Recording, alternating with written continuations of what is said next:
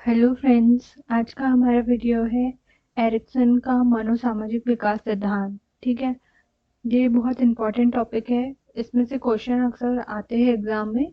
तो आइए चलिए देखते हैं हम एरिक्सन का मनोसामाजिक विकास सिद्धांत। ठीक है, सबसे पहले देखेंगे इरिक इरिक्सन। एरिक्सन ने अपनी प्रसिद्ध कृति चाइल्डहुड एंड सोसाइटी 1963 में, ये उनकी फेमस बुक है एक, जो उन्होंने 1963 में पब्लिश की थी। ठीक है, उस बुक्स में क्या स्पष्ट किया था उन्होंने कि मनुष्य केवल से जैविक और मानसिक प्राणी ही नहीं बल्कि वह एक सामाजिक प्राणी भी है। ठीक है, उन्होंने ये बुक के द्वारा बताया था। ठीक है, नेक्स्ट देखेंगे कि एरिक्सन ने इस सिद्धांत में पूरे जीवन अवधि को 8 विभिन्न अवस्थाओं में बांटा है। ठीक है, कितनी अवस्थाओं में? 8 विभिन्न अवस्थाओं में बांटा है।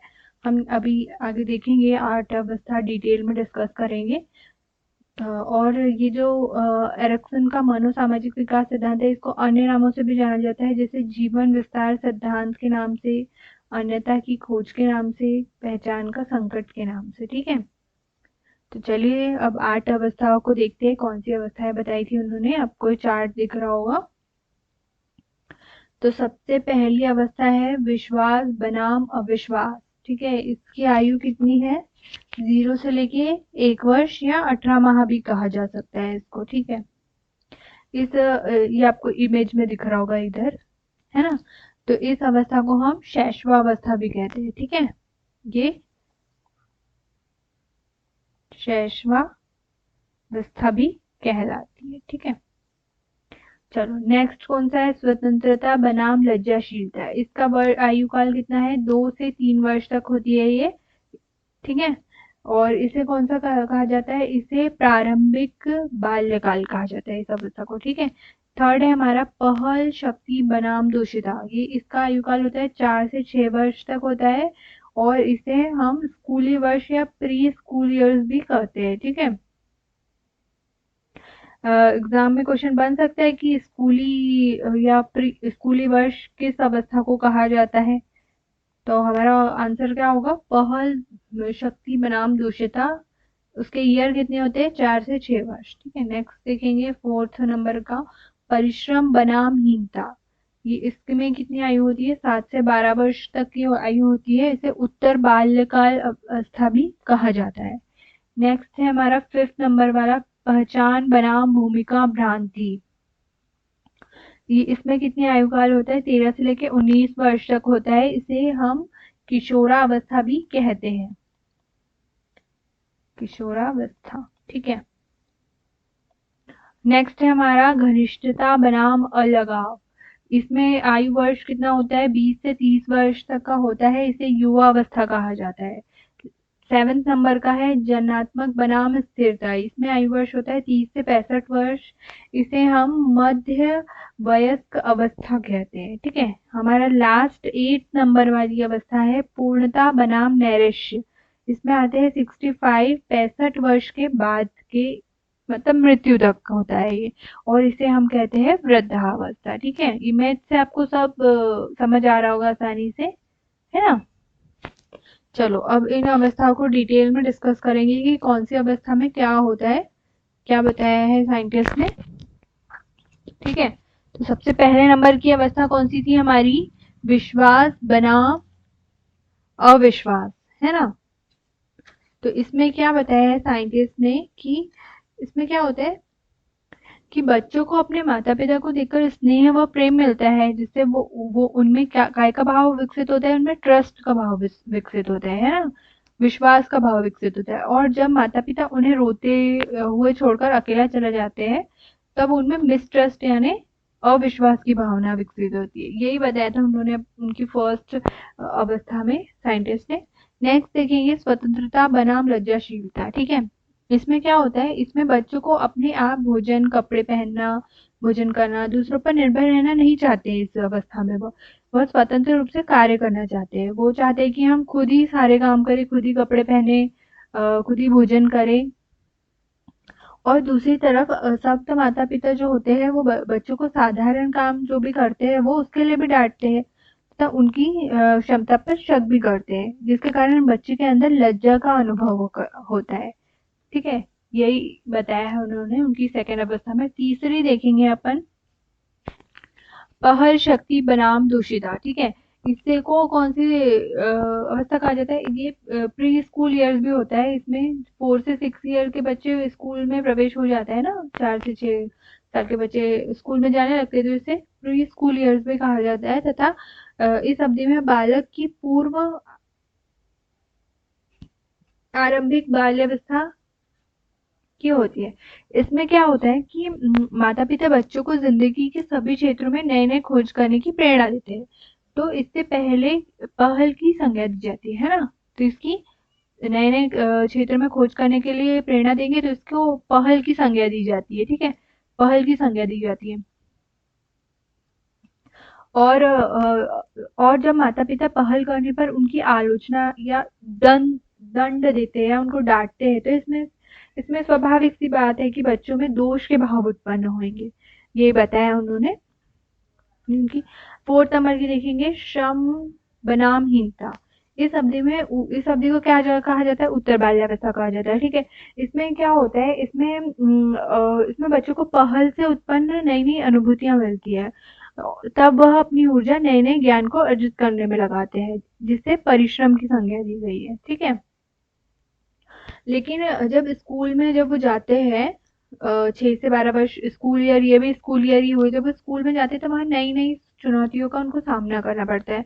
तो कुछ चुनौतियों से उन्हें असफलता प्राप्त होती है, तब बालक में हीनता का भाव उत्पन्न होता है, यही बताया है साइंटिस्ट ने। ठीक है, नेक्स्ट देखेंगे, अहम पहचान बनाम भूमिका संभ्रांति। ठीक है, इसमें क्या होता है, ये किशोरावस्था होती है ना, 13 से 19 वर्ष की किशोरावस्था हुई है कि नहीं।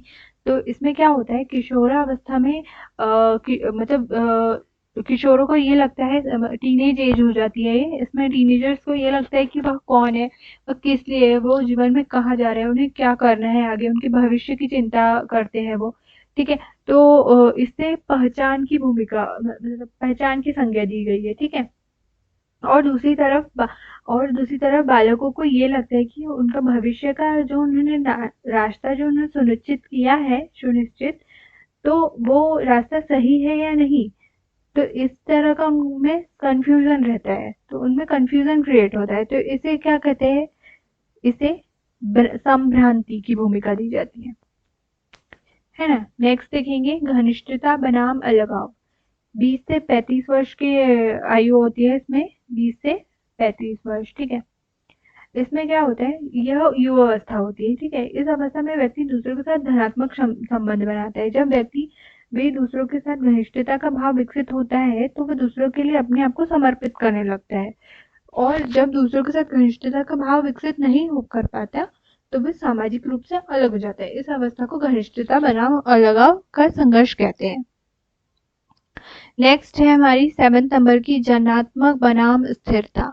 इसे क्या कहते हैं, मध्य वयस्कता भी कहते हैं इसको। ठीक है, इस अवस्था में क्या होता है कि व्यक्ति अपनी अगली पीढ़ी के कल्याण के बारे में समाज के जनात्मक उत्पादक में सम्मिलित करता है, और मतलब लेकिन जब व्यक्ति को जनात्मक की चिंता उत्पन्न होती है तो इसे स्थिरता उत्पन्न होती है।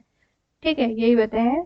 नेक्स्ट है हमारी और लास्ट है, संपूर्णता बनाम नैराश्य। ये अवस्था होती है 65 से लेके मृत्यु तक की अवधि। ठीक है, ये संपूर्णता बनाम नैराश्य।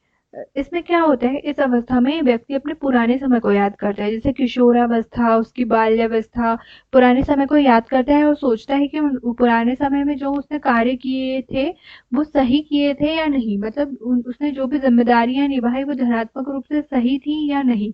अगर परिणाम उसके सही थे, मतलब धनात्मक थे, तो उसे संपूर्णता का भाव विकसित होता है। और अगर वो ऐसा सोचता है कि मैंने जो जिम्मेदारियां उठाई थी पुराने समय में, तो वो सही नहीं हुई कुछ, तो उसमें उसका परिणाम नेगेटिव या ऋणात्मक आता है तो उसे नैराश्य का भाव उत्पन्न होता है। यही बताया था उन्होंने अपनी लास्ट अवस्था में, साइंटिस्ट ने। चलो इससे रिलेटेड कुछ क्वेश्चन आंसर देख लेते हैं।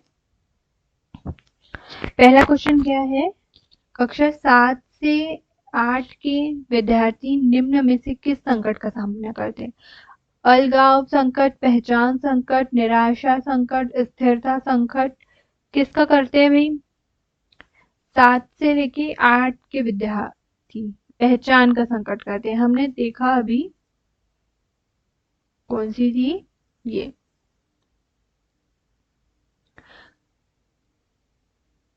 ये है अहम, पहचान बनाम भूमिका संभ्रांति। ये पढ़ा ना हमने, यही बताया है 7 से लेके 8 तक के विद्यार्थी। ठीक है, नेक्स्ट क्वेश्चन देखेंगे। 10 वर्ष के बालक किस में रुचि लेना आरंभ कर देते? 10 वर्ष मतलब 10 वर्ष 10 वर्ष के बालक मतलब कि वो स्कूल में जाने लग जाते हैं ना।